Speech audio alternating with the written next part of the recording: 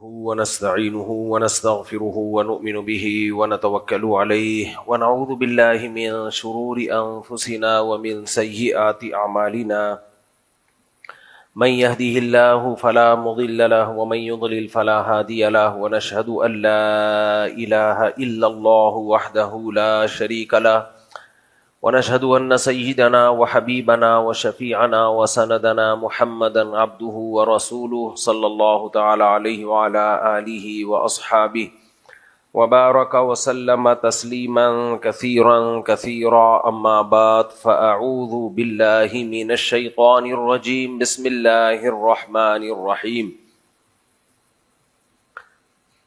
يا أيها الناس اتقوا ربكم الذي خلقكم من نفس واحدة وخلق منها زوجها وبث منهما رجالا كثيرا ونساء وقال الله تعالى يا أيها الذين آمنوا اتقوا الله حق تقاته وقال النبي صلی اللہ علیہ وسلم الکیس من دان نفسه وعمل لما بعد الموت۔ قرآن مجید کی 2 آیات اور نبی کریم صلی اللہ علیہ وسلم کی ایک حدیث پڑھی ہے۔ اللہ تعالیٰ سے دعا ہے اللہ تعالیٰ صحیح طرح سے بات کہنے کی، سننے کی، سمجھنے کی اور پھر عمل کی توفیق عطا فرمائے۔ میں اکثر بیانات میں جب نبی صلی اللہ علیہ وسلم کا تذکرہ کرتا ہوں تو رسول اللہ صلی اللہ علیہ وسلم یہ لفظ میں استعمال کرتا ہوں، لیکن چونکہ میڈیا پہ میں نے اکثر علماء کو دیکھا کہ نبی کریم یا حضور اقدس، تو پھر میری زبان پہ بھی یہ الفاظ آ جاتے ہیں۔ لیکن ہم نے اپنے شیخ سے حضرت مفتی رشید احمد صاحب رحمہ اللہ تعالی سے سنا اور بالکل صحیح بات کی انہوں نے کہ نبی صلی اللہ علیہ وسلم کے لیے سب سے زیادہ جو بہترین لفظ ہے، لقب ہے آپ کا، جس میں آپ کی سب سے زیادہ عزت ہے، وہ رسول اللہ کا لفظ ہے۔ رسول اللہ، اللہ کے میسنجر، اس سے بڑا کوئی مقام اور مرتبہ ہو نہیں سکتا۔ اس لیے ہمارے حضرت مفتی رشید احمد صاحب رحمہ اللہ تعالی جب بھی نبی کا یا تو نبی شارٹ فارم میں ذکر کرتے اور جب صحیح تذکرہ کرنا ہوتا تو رسول اللہ صلی اللہ علیہ وسلم، تو اس لیے اپنی زبان پہ اس لفظ کو چڑھانا چاہیے۔ اور محدثین بھی زیادہ تر جب آپ کا نام آتا ہے تو رسول اللہ صلی اللہ علیہ وسلم۔ صحابہ کرام میں بھی 2 لفظ کامن تھے، ایک نبی، نبی کا مطلب بھی میسنجر آف گاڈ، اور دوسرا رسول اللہ۔ آپ احادیث میں دیکھیں گے تو صحابہ کرام، حدیث کے راوی، محدثین، یا تو جاء رجل الی النبی، ایک شخص آیا نبی کے پاس، یا جاء رجل الی رسول اللہ قال رسول اللہ، تو رسول اللہ اور نبی، یہ لفظ رسول اللہ کے لفظ میں نبی کے لفظ سے بھی زیادہ رسپیکٹ ہے۔ تو جو الفاظ لوگ استعمال کر رہے ہیں وہ بھی ٹھیک ہیں، اس کو کوئی حلال و حرام کا، ایمان کفر کا مسئلہ نہ بنائے، لیکن جو سب سے بہترین لفظ ہے وہ نبی، اور اس سے بھی زیادہ افضل رسول اللہ صلی اللہ علیہ وسلم۔ مشرکین مکہ کے ساتھ جب صلح حدیبیہ ہوئی تو آپ صلی اللہ علیہ وسلم نے جو معاہدے کے نیچے اپنا نام لکھا، من محمد ابن عبداللہ من محمد رسول اللہ، یہ معاہدہ ہے محمد کی طرف سے صلی اللہ علیہ وسلم جو رسول اللہ ہیں۔ تو مشرکین نے کہا یہ لفظ نہیں ہمیں قبول، اس پہ سے رسول اللہ کا لفظ کاٹیں آپ۔ تو مشرکین کو تو آپ کے نام کے ساتھ رسول اللہ کا لفظ قبول نہیں تھا، اور ہمیں رسول اللہ کے لفظ کے بغیر یہ نام قبول نہیں ہے، ہم جہاں بھی لکھیں گے رسول اللہ۔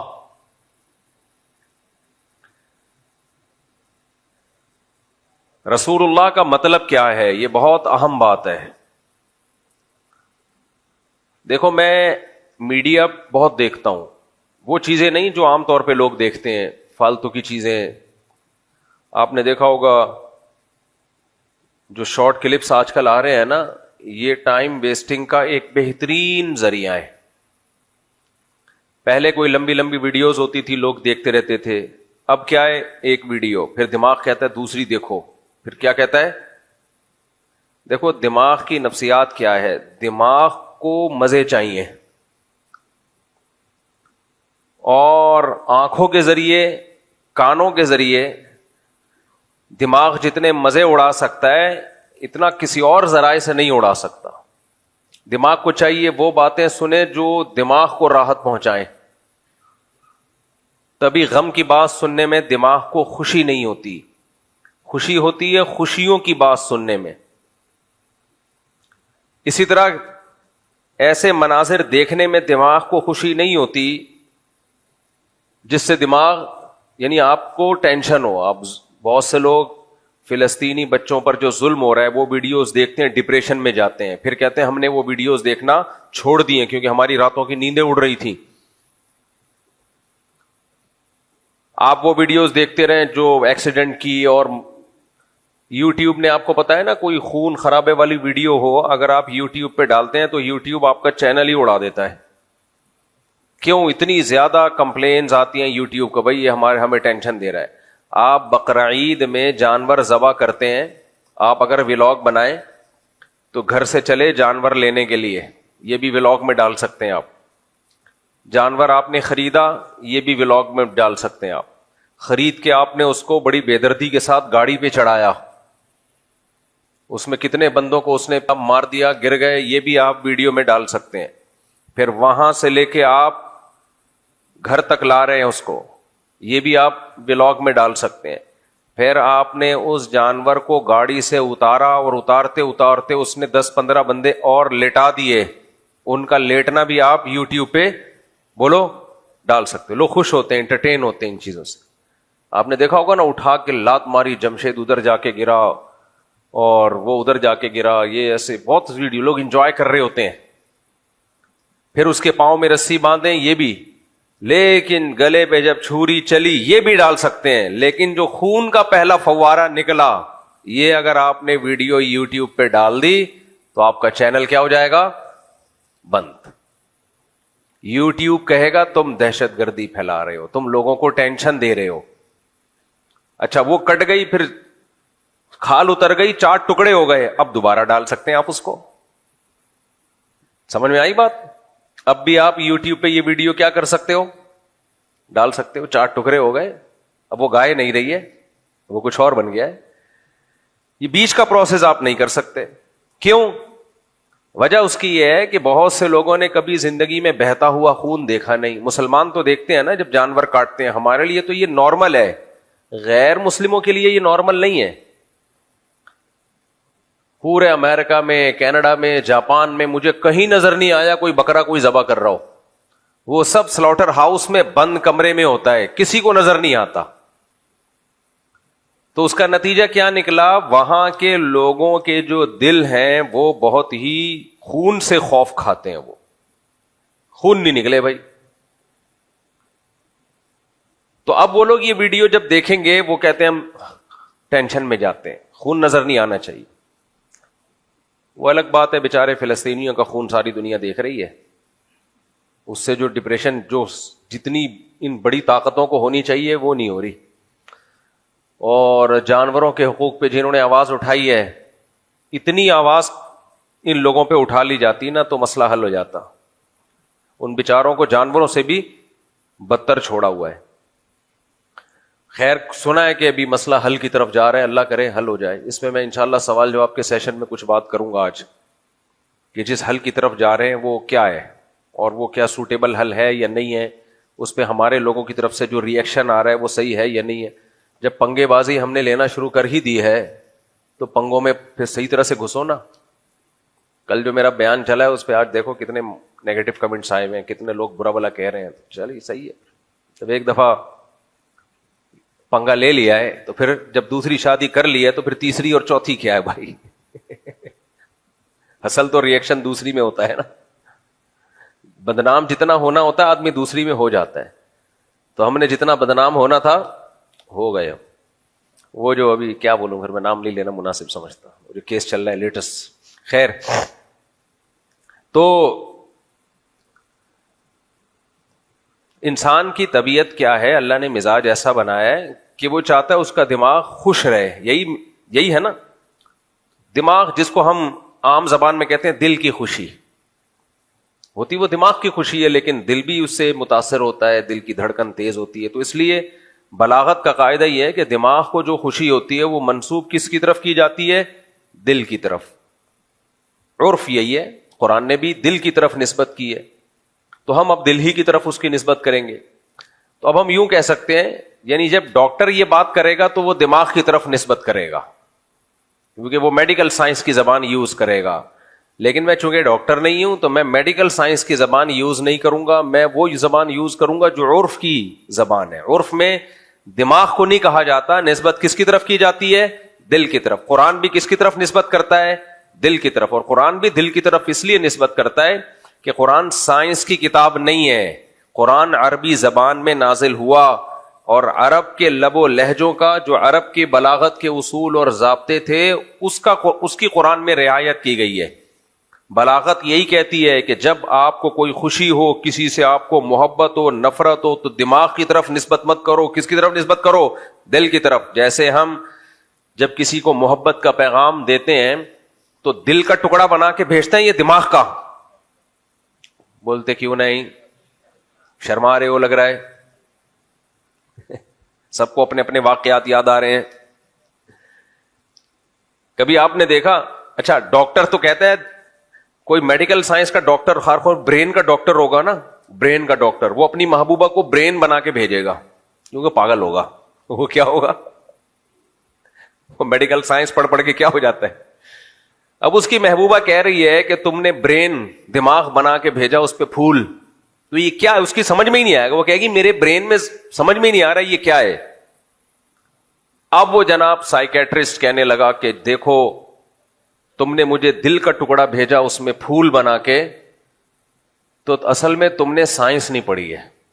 جب کوئی بندہ سائنس نہیں پڑھتا ہے تو یہی حال ہوتا ہے.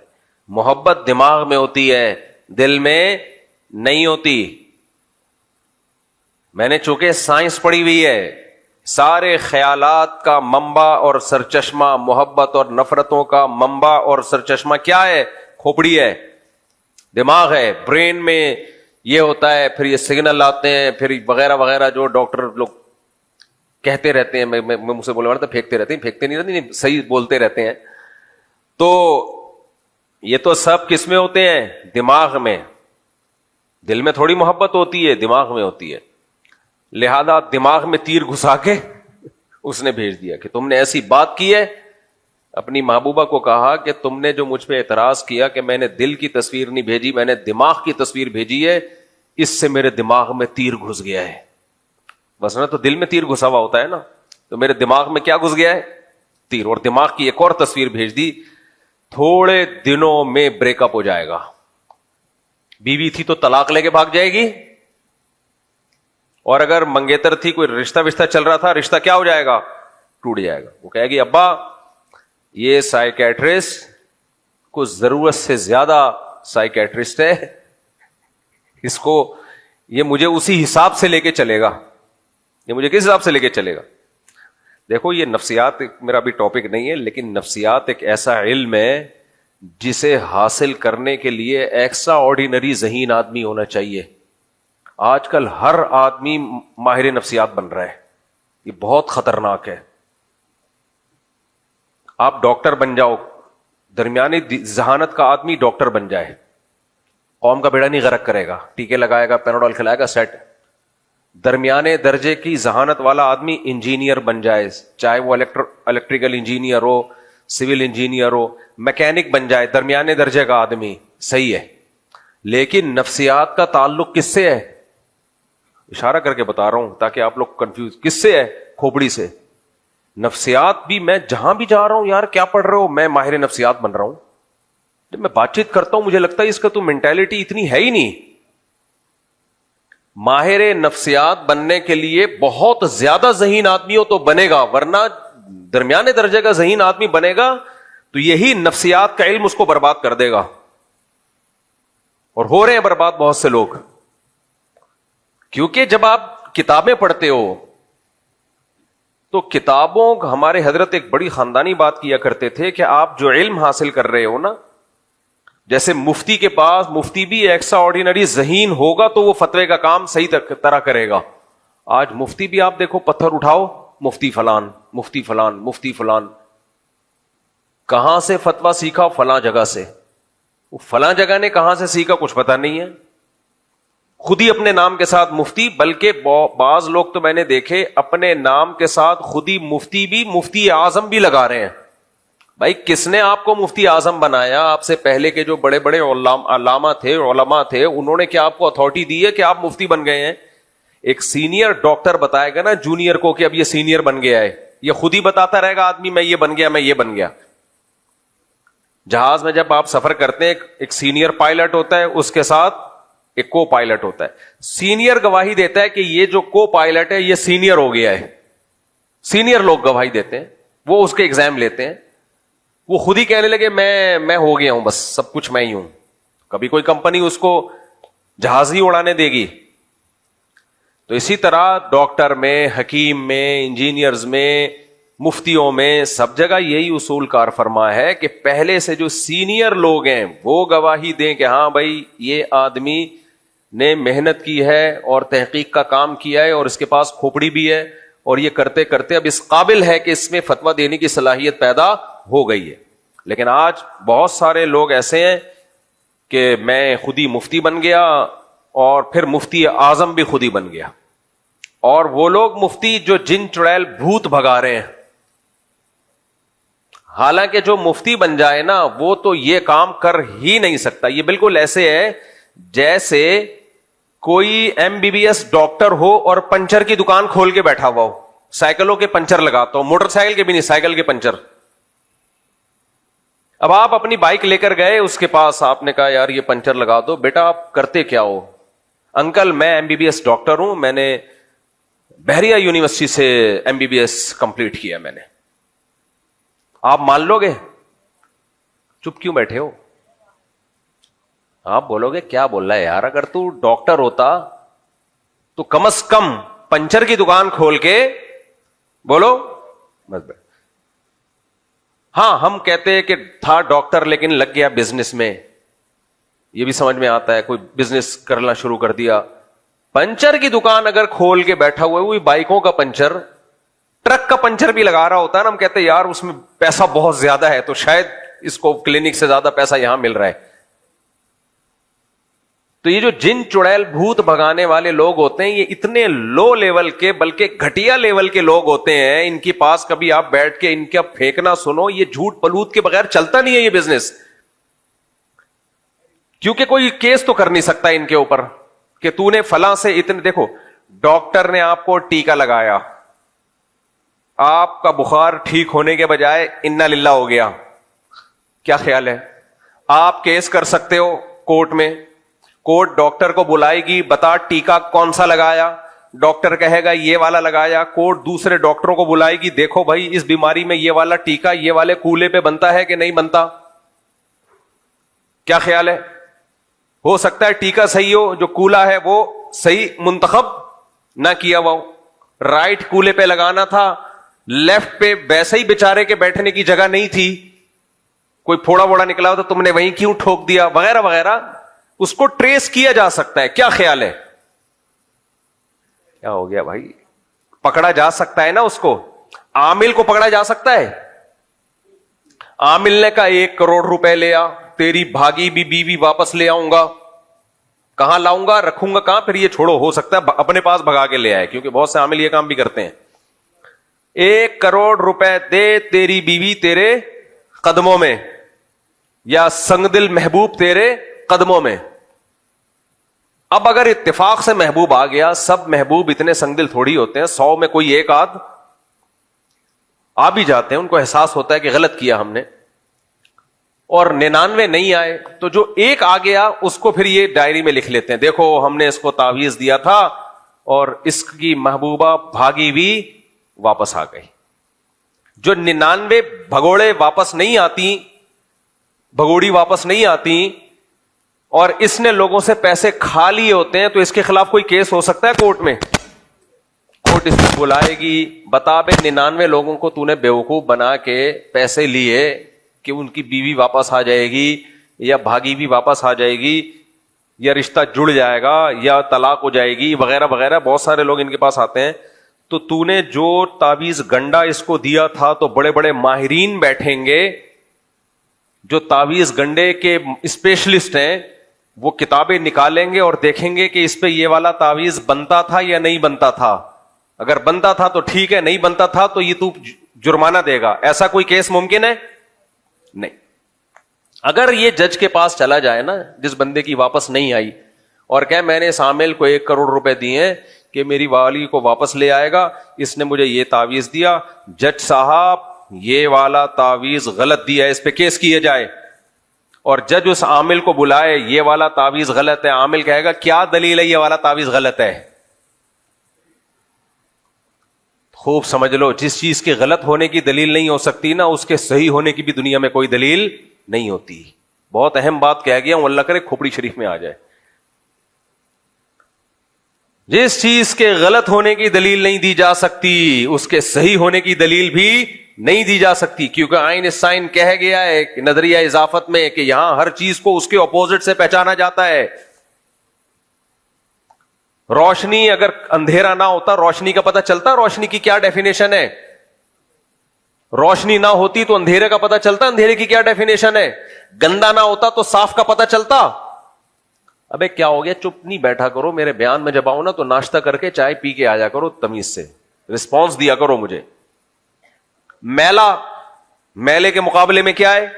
صاف. ہمیں کچھ نظر آ رہے تھے میلے کچیلے. اچھا انگریزوں میں نہیں ہے میلے، یعنی صفائی سڑکوں وڑکوں میں.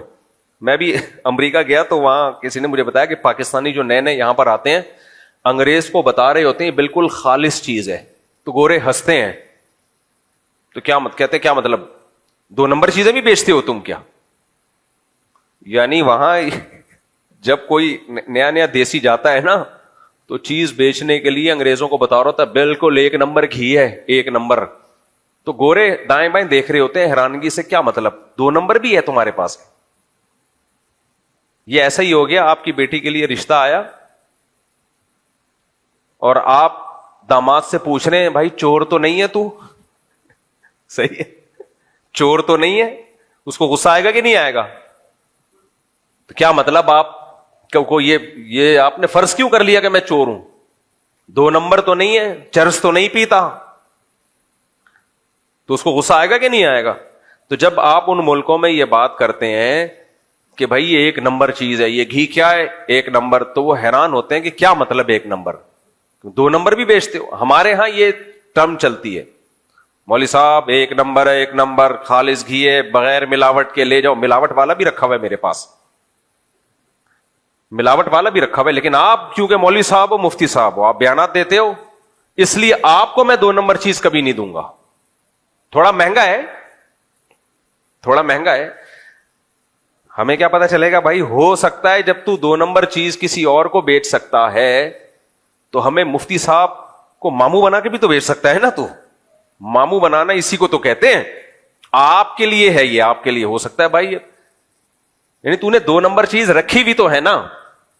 رکھی بھی ہونا اس کی علامت ہے بھائی اب تیرے بیان پہ ہمیں اعتماد نہیں ہے. ہو سکتا ہے ہمیں اس سے بھی زیادہ 2 نمبر چیز ڈبل قیمت پہ بیچ کے دے رہا ہوں. تو کہاں سے کہاں بات چلے گی، ہم کدھر دائیں میں بہت جا رہے ہوتے ہیں. تو وہ عاملوں کی بات آتی ہے، مجھے خون میں ایک دم میرا جو ہے نا ایسا آتا ہے بالکل جوان ہو جاتا ہوں. عاملوں کے خلاف بولنے میں جو مجھے مزہ آتا ہے. کیوں؟ کوئی دنیا میں کوئی بول نہیں رہا. جس دن دوسرے لوگوں نے بھی، علماء نے بھی بولنا شروع کر دیا، میں چپ ہو جاؤں گا. کوئی بولتا نہیں ہے ان کم بختوں کے خلاف. تو اصل میں علماء بھی اس وہم میں مبتلا ہیں کہ شاید ان کے پاس کچھ علوم ہے. یہ حقیقت بتاؤں، دیکھو علماء کے پاس دین کا علم ہوتا ہے تو وہ یہ سمجھتے ہیں کہ نہیں عاملوں کے پاس کچھ علوم شاید کچھ ہو. تو میں ان کو تسلی دلا رہا ہوں کچھ بھی نہیں ہے، یہ کچھ نہیں کر سکتے. ہاں تو میں بتا رہا تھا جس چیز کے صحیح ہونے کے غلط ہونے کے دلائل قائم نہ کیے جا سکے، اس کے صحیح ہونے کے دلائل بھی بولو نہیں ہوتے. ہوتی وہ ہوا پہ چل رہا ہوتا ہے. تو جتنے علوم ہے نا ان لوگ کے پاس, جن چڑیل بھوت بھگانے کے, یہ کوئی علوم نہیں ہے, ذہن میں رکھو. ایک پھینک رہا ہوتا ہے, دوسرے کیا کر رہے ہوتے ہیں, بیٹھ کے لپیٹ رہے ہوتے ہیں. دوسرا عامل آئے گا اس سے بڑی پھینکے گا, میں بیٹھ کے لپیٹتا ہوں. عام لوگ تو لپیٹ بھی نہیں رہے ہوتے, عام لوگ تو وہ کر رہے ہوتے ہیں کہ ماشاءاللہ کیچ کر رہے ہوتے ہیں, وہ عزت کے ساتھ کیچ کر رہے ہوتے ہیں, عزت کے ساتھ کہ حضرت جی بہت پہنچے ہوئے ہیں. تو کوئی پہنچے ہوئے نہیں ہے, پھینکو ایک نمبر کے. تو میں عرض کر رہا تھا کہ وہ جج پہ وہ کوئی کیس نہیں ہوگا, تو بھی عاملوں کی لاٹریاں لگی ہوئی ہیں, تعویذ دے رہے ہوتے ہیں, 100 میں کوئی ایک آدھ کا تکا لگ گیا وہ یہ. اور یہ بہت پرانا سا ہے, نبی کریم صلی اللہ علیہ وسلم کے دور میں کچھ نجومی ہوا کرتے تھے جو خبریں بتایا کرتے تھے, ان میں تکے بھی لگ جاتے تھے. تو آپ صلی اللہ علیہ وسلم نے فرمایا ان کم بختوں کے جنات سے رابطے ہوتے ہیں, یہ جاتے ہیں کچھ آسمان کی خبریں چوری کرتے ہیں جنات, اس میں 100 جھوٹ ملاتے ہیں. جنات کبھی بھی صحیح رپورٹ نہیں دیتے, انسانوں کے کچھ نہیں لگتے, نہ وہ ماموں لگتے ہیں انسانوں کے, نہ وہ چاچو لگتے ہیں. وہ بھی آ کے ان کے دل پہ القا کرتے ہیں لمبی لمبی, ایک آدھ اس میں صحیح بات ہوتی ہے تو وہ عامل پھینکتا ہے, اتفاق سے کوئی ایک بات صحیح نکل آتی ہے تو لوگ کہتے ہیں دیکھو ہم نے پہلے کہا تھا نا حضرت جی بہت پہنچے ہوئے ہیں. تو یار مجھ سے آ کے پوچھ لیتے, میں بھی 100 باتیں بتاتا, ایک اتفاق سے صحیح نکل آتی, اس میں فیوچر کی باتیں. تو یہ تو کوئی بھی تجزیہ کرتا ہے, باتوں سے باتیں نکلتی ہیں. ایک اور بات یاد آئی, کچھ مسلم اسکالرز ایسے ہیں جنہوں نے ماضی میں کچھ پیش گوئیاں کی تھیں اور وہ پیش گوئیاں درست نکل رہی ہیں, خوب اچھی طرح سمجھو. اور وہ پیش گوئیاں ان کا دعویٰ یہ تھا ہم نے قرآن و حدیث کی روشنی میں کی ہیں, حدیث میں آتا ہے یوں ہوگا, حدیث میں آتا ہے یوں ہوگا. تو انہوں نے بہت ساری پیش گوئیاں کی, یہ اس پہ کلپ بنانا ہے لازمی. تو بہت ساری پیش گوئیاں انہوں نے کی قرآن و سنت کی روشنی میں, علامات قیامت کی روشنی میں, یہ ہوگا یہ ہوگا. ان کی کچھ پیش گوئیاں ٹھیک نکلی. اب لوگ کیا کر رہے ہیں, بار بار دیکھو وہ یہ کہا کرتے تھے, آج یہ بات درست ثابت ہو گئی, وہ یہ کہا کرتے تھے, آج یہ بات درست ثابت ہو گئی. تو ایک بات خوب اچھی طرح سمجھ لیں, قرآن و سنت میں قیامت کی علامات کے بارے میں جتنی علامتیں بیان ہوئی ہیں اس کے بارے میں جو صحیح تحقیق کے بعد جو بات علماء نے کی ہے وہ یہ ہے کہ کسی پیش گوئی کا کوئی اسپیسیفک ٹائم نبی کریم صلی اللہ علیہ وسلم نے نہیں بتایا ہے. لہذا ان پیش گوئیوں کی بیس پہ ہمیں کوئی کام کرنے کی یا پالیسی بنانے کی اجازت نہیں ہے. پالیسی یا پلاننگ بنائی جائے گی گراؤنڈ ریئلٹی کو دیکھ کر, ان پیش گوئیوں کو دیکھ کر نہیں بنائی جائے گی. ان پیش گوئیوں کا ہم کیا کریں, بس ایمان رکھیں. بس میں ایک مثال سے بات سمجھاتا ہوں. حدیث میں آتا ہے کہ حضرت عیسیٰ علیہ السلام نازل ہوں گے قرب قیامت میں. غامدی نے اس کا انکار کیا. غامدی کے فالوورز میرا بڑا مذاق اڑا رہے ہیں اور کہہ رہے ہیں مفتی صاحب کے پاس علم نہیں ہے. جب غامدی صاحب کا یہ کلپ چلا ہے نا, قرآن میں بدترین تحریف کی ہے غامدی صاحب نے, اور قرآن سے ثابت کرنے کی کوشش کی ہے کہ حضرت عیسیٰ کی وفات ہو گئی ہے, حالانکہ قرآن میں بھی ہے کہ آسمانوں پہ اٹھایا گیا, اور حدیثوں میں تو بہت واضح ہے. بخاری اور مسلم کی متفقن علیہ صحیح حدیث ہے, اور باقی حدیث کی کتابوں میں بھی ہے. لَيُوشِكَنَّ أَن يَنزِلَ فِيكُمُ ابْنُ مَرْيَمَ حَكَمًا وَعَدْلًا, مریم کے بیٹے تم پر ضرور بالضرور آسمان سے نازل ہوں گے, حکم بن کے, حاکم بن کے, عادل بن کے. فَيَكْسِرُ الصَّلِيبَ, صلیب کو ختم کر دیں گے جو نشان ہے صلیب کا. وَيَقْتُلُ الْخِنزِيرَ, اور دنیا سے خنزیر کا خاتمہ کر دیں گے. اتنی واضح حدیثیں ہیں. لیکن پروفیسر غامدی صاحب کیا کہتے ہیں ان حدیثوں کا جواب, کہ یہ تاریخی, بخاری اور مسلم یہ تاریخی واقعات ہیں. یعنی پیغمبر کے اقوال کو صرف کیا ایک حیثیت دی جا رہی ہے, ہسٹری کی کتابیں ہیں. ہسٹری کی کتابیں اوتھینٹک ہیں یا نہیں ہے, یہ بتاؤ اوتھینٹک ہے یا نہیں ہے. اگر ہمیں ہسٹری بتا رہی ہے کہ نبی نے ایسا کہا ہے اور اس ہسٹری کو بیان کرنے والے سارے قابل اعتماد ہوں, تو آپ کیوں نہیں مان لیتے نبی نے ایسا کہا ہے؟ اور آپ جب آپ کے فیور میں حدیث جاتی ہے آپ فوراً حدیث پیش کرتے ہیں, جب آپ کے اگینسٹ جا رہی ہوتی ہے تو آپ فوراً کیا کرتے ہیں؟ تاریخی کتابیں. تو حضرت عیسیٰ ابن مریم قرب قیامت میں نازل ہوں گے. اسی حدیث کی بیس پہ صحابہ کا بھی عقیدہ، تابعین کا بھی عقیدہ. پھر امام طحاوی حنفی رحمہ اللہ تعالی، بہت بڑے محدث، انہوں نے عقیدے کی ایک کتاب لکھی العقیدۃ الطحاویہ. اس کتاب پر پوری امت کا اجماع ہوا. اس کتاب میں وہ عقیدے بیان کیے گئے جو اہل سنت والجماعت کے متفقن علیہ عقیدے، حتیٰ کہ اس میں غیر اہل سنت والجماعت نے بھی اتفاق کیا. یعنی اس عقیدے میں حضرت عیسیٰ والے، شیعہ بھی مانتے ہیں کہ حضرت عیسیٰ نازل ہوں گے. اتنا مضبوط اجماع ایک بات پر ہو گیا کہ حضرت عیسیٰ زندہ ہیں آسمانوں پہ، قرب قیامت میں نازل ہوں گے. اس کے بعد ان کی موت واقع ہوگی. بشر ہے، موت ہر بشر پہ واقع ہونی ہے، لیکن حضرت عیسیٰ پہ موت واقع نہیں ہوئی. اس قدر مضبوط اجماع اس مسئلے پر، غامدی صاحب نے اجماع کی بھی دھجیاں اڑا دی. اجماع میں ایسی ٹیکنیکل بحث کی ہے، کون سا اجماع، کیڑا اجماع، یہ والا اجماع نہیں، وہ والا اجماع، پتہ نہیں، ہر چیز میں رخنا ڈال دیا. کچھ اسکالرز ایسے ہیں جن کا کام ہے ہر چیز میں کنفیوژن پیدا کرنا. بس ہر چیز میں کیا پیدا کرنا؟ کنفیوژن پیدا کرنا. میں اس کی ایک مثال دیتا ہوں، پھر میں اپنی اصل ٹاپک کی طرف آتا ہوں. 2-4 چپیٹے عاملوں کو اور لگاؤں گا، پھر اصل ٹاپک کی طرف جاؤں گا. دیکھو کنفیوژن کسے کہتے ہیں. دیکھو ہماری کرکٹ ٹیم تھی، اس کا نام تھا فرینڈز کرکٹ کلب. ہماری ٹیم تھی، بچپن میں اوپنر جایا کرتا تھا اور چوکے چھکے بھی لگایا دیا کرتا تھا، کبھی کبھار، زیادہ نہیں. لیکن مجھے بھیجتے تھے جب چوکے چھکے لگانے ہوتے تھے. بیان میں بھی لوگ کہتے ہیں آپ چوکے چھکے لگا رہے ہوتے ہو. خیر، تو ہم چونکہ بچے تھے، فرینڈز کرکٹ کلب، اب کلب ہماری ٹیم کا نام تھا، اور ہمارا مقابلہ ہوتا تھا میچور لوگوں سے، کیونکہ ہمارے محلے میں سب سے جونیئر ٹیم ہماری تھی. میٹرک کے بچے تھے اس میں، 8 9ویں اور میٹرک کے، اور جو ہمارا مقابلہ ہوتا تھا وہ سارے بڑے بڑے تھے، تو اس لیے ہم ہار ہی رہے تھے مسلسل. اب کرکٹ میں آپ کو پتا ہے ٹیشن بازیاں بہت ہوتی ہیں.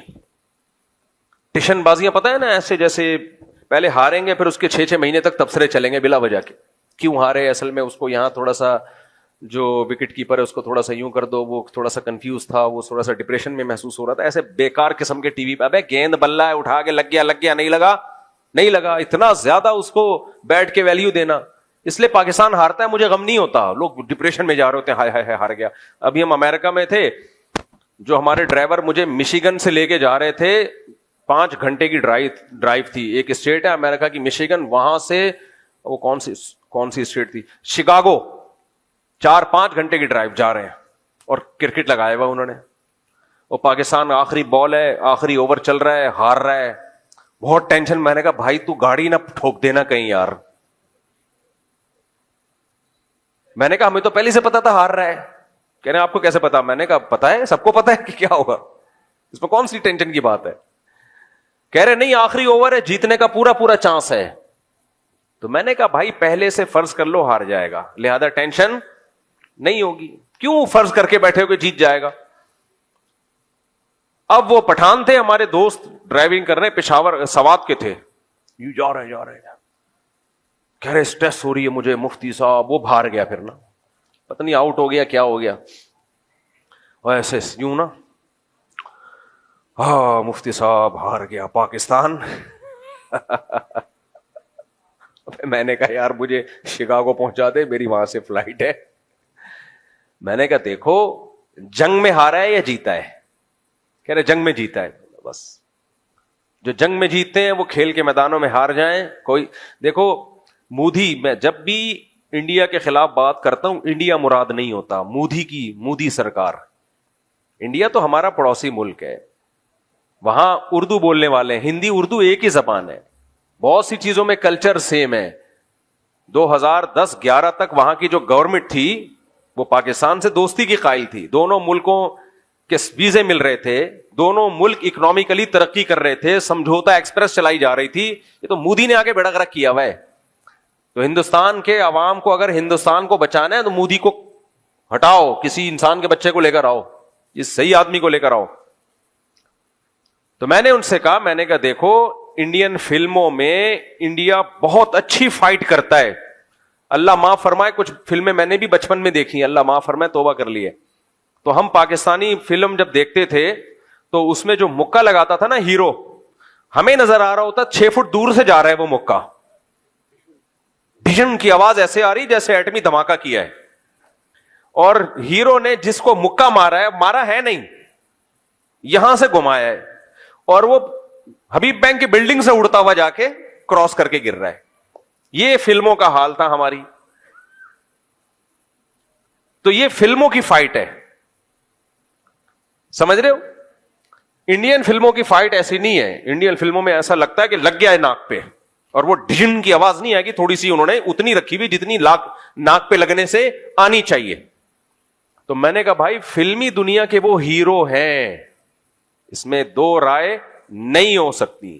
ریئل لائف میں اس طرح لڑیں. ریئل لائف میں جب ہمارا فوجی مودھی کے کسی بندے کو مکہ مارے گا تو ناک پھوڑ دے گا, اور وہی دھماکے کی آواز آئے گی جو فلموں میں آیا کرتی تھی, سچی مچی میں آئے گی وہ.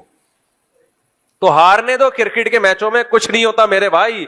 قوموں کی تقدیریں کرکٹ کے میچوں سے نہیں بنتی, میدان جنگ میں بنتی ہیں.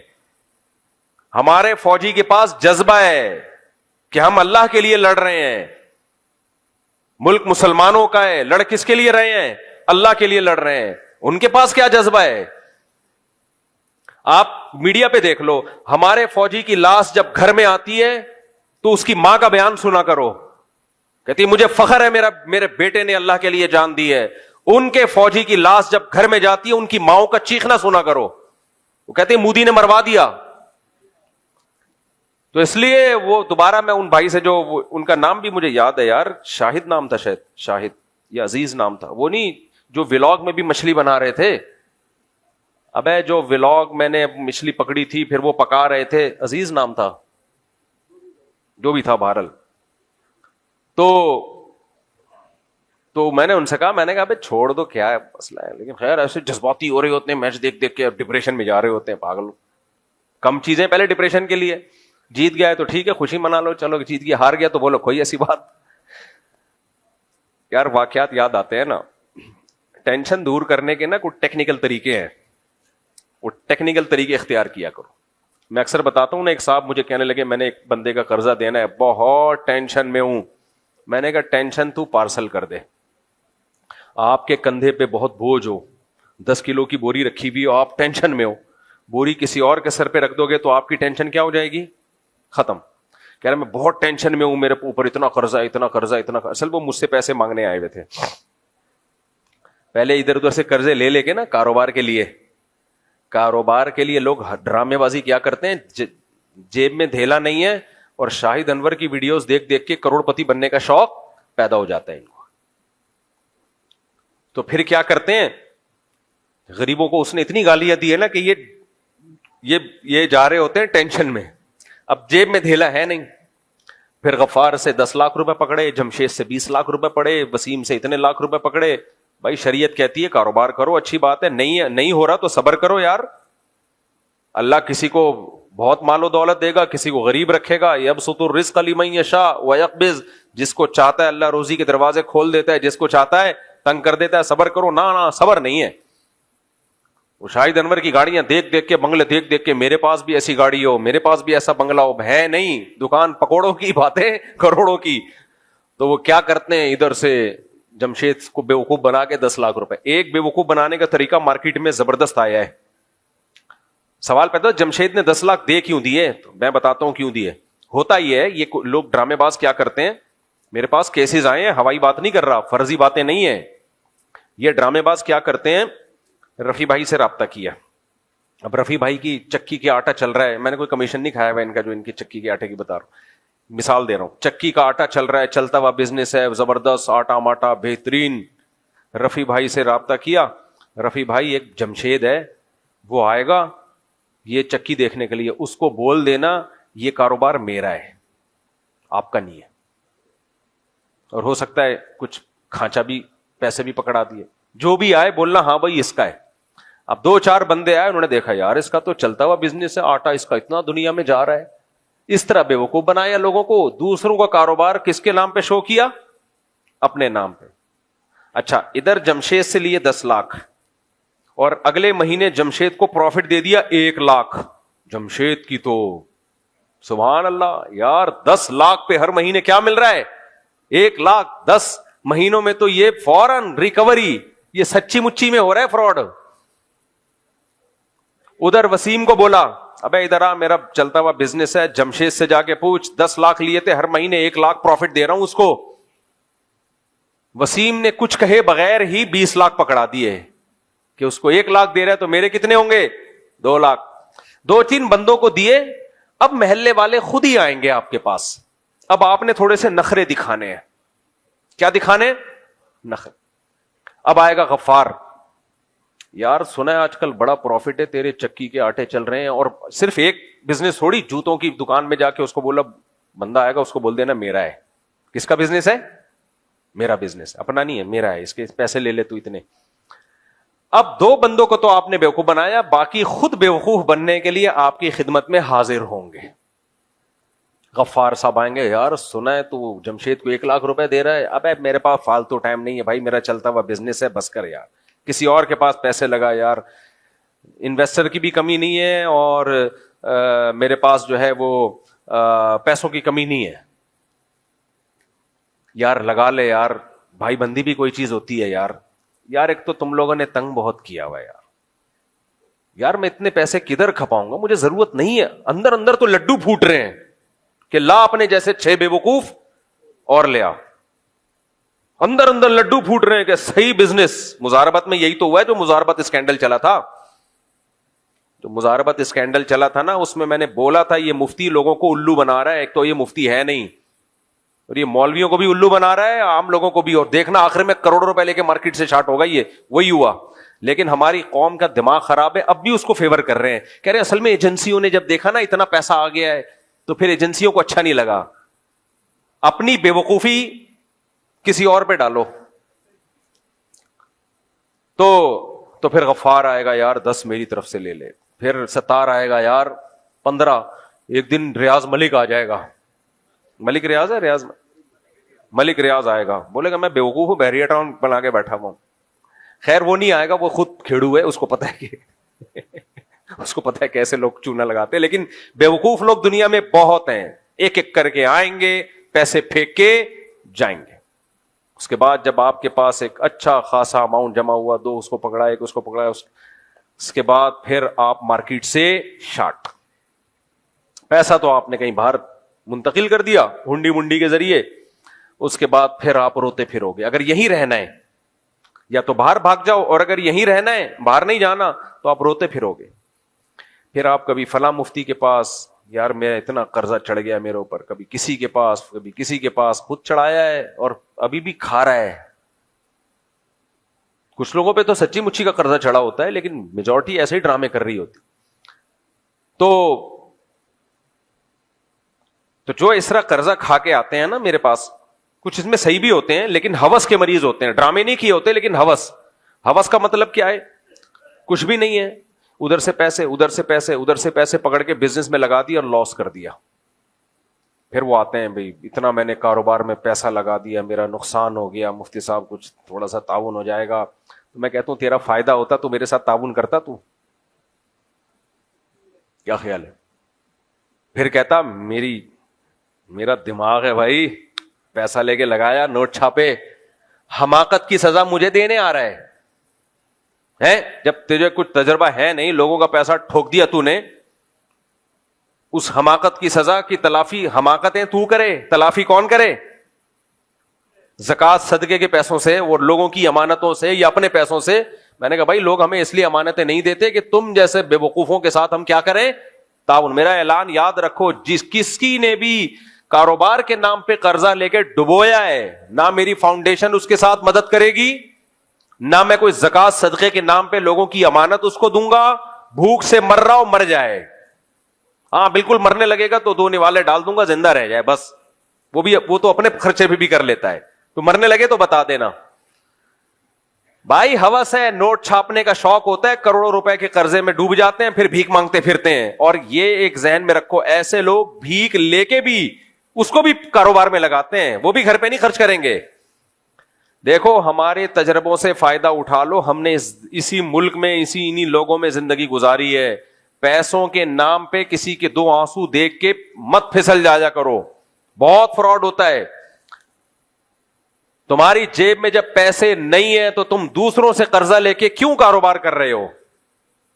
یا تو تمہارے باپ دادا کا کوئی صدیوں سے بزنس چلا آ رہا ہو نا, پھر ایک الگ بات ہے. نارمل آدمی کچھ بھی نہیں ہے, قرضے لے لے کے لوگوں کے پیسے ڈبو رہا ہے بیٹھ کے. روکھی سوکھی کھاؤ, 2 ٹائم کی سوکھی روٹی چائے میں ڈبو کے کھایا کرو, خوش ہوا کرو.